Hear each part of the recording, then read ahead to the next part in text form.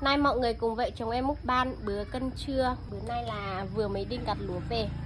Trưa nay là muốn ăn một cái gì cho nó mát mát ấy mọi người. Đó chính là rau luộc, rau cải luộc. Mấy hôm nay thì nhà mình ăn bữa cơm không đồng, toàn bữa cơm không đồng thôi mọi người ạ.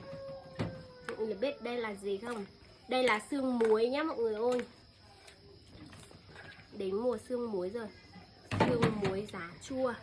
Xin mời mọi người.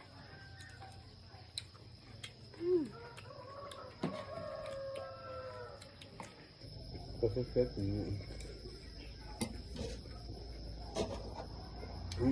khá hơn thắt chén rồi.